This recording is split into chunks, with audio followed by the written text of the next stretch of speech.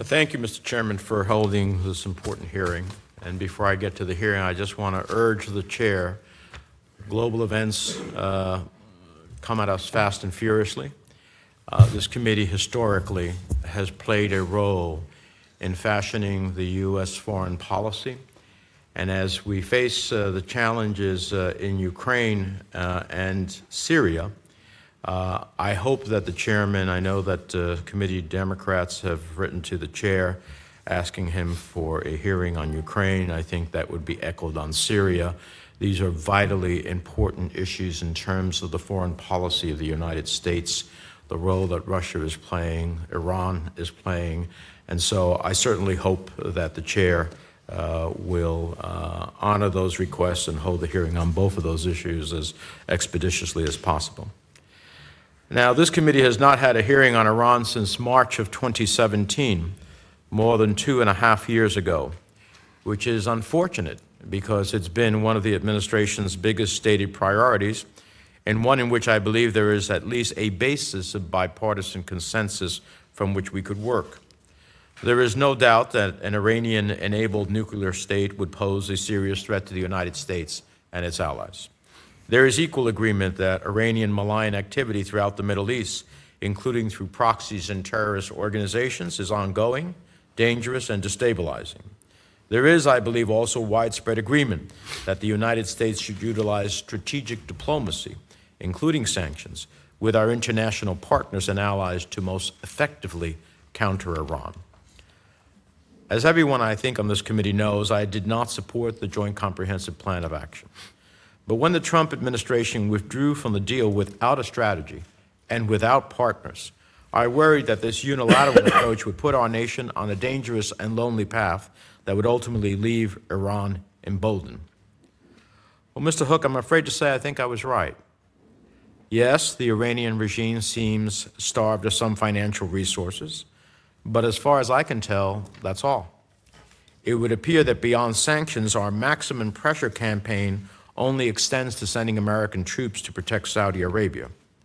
In fact, the rest of the administration's policies across the Middle East seem only to have emboldened Iran, hardened its political supporters from Hezbollah to militias in Iraq, and most devastatingly and recently helped entrench itself in Bashar al-Assad's Syria.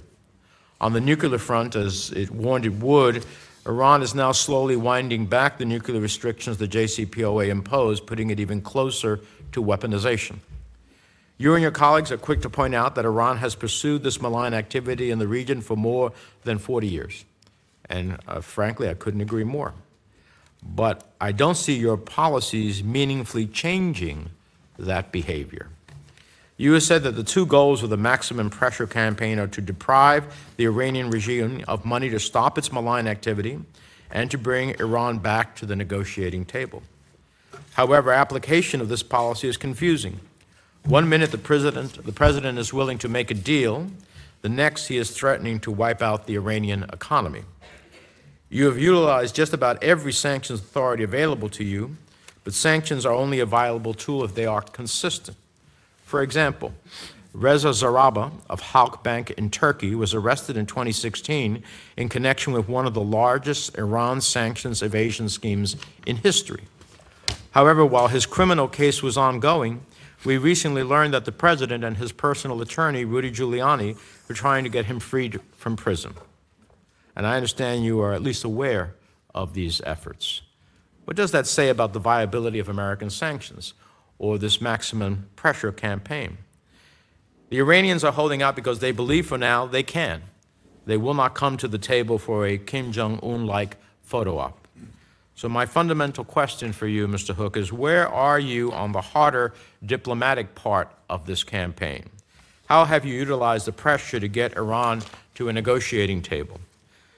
I also would like to live in a world where we could sanction Iran into stopping its support for terrorism, treating its own people with dignity and respect, into releasing all unjustly detained Americans, including Princeton University student Shiyu Wei Wang. But I live in the real world, where I know that in order to make a deal, you have to give something to get something. Now seems like the ideal time to harness the pressure you've created. I'm curious to know if you've laid out the parameters of a deal that the administration would accept, including limitations on research and development, limitations on enrichment and stockpile amounts, and whether or not you have any sense of what the Iranians will seek in relief from the United States. I'd like to know whether you have directly or indirectly, or through back channels or other countries, sought to engage Iran in that regard. So, Mr. Hook, let's use our diplomatic tools as leverage for what we should be ultimately trying to achieve: a negotiated agreement with Iran, with buy-in from our international partners to meaningfully constrain its nuclear program and address other malign activity. A deal that includes permanent and long-term restrictions on Iran's nuclear capacity, tackles its ballistic missile proliferation, and one that addresses its regional support for terrorism, including through the transfers of weapons. I look forward to hearing about your progress to address this ongoing and pressing national security priority.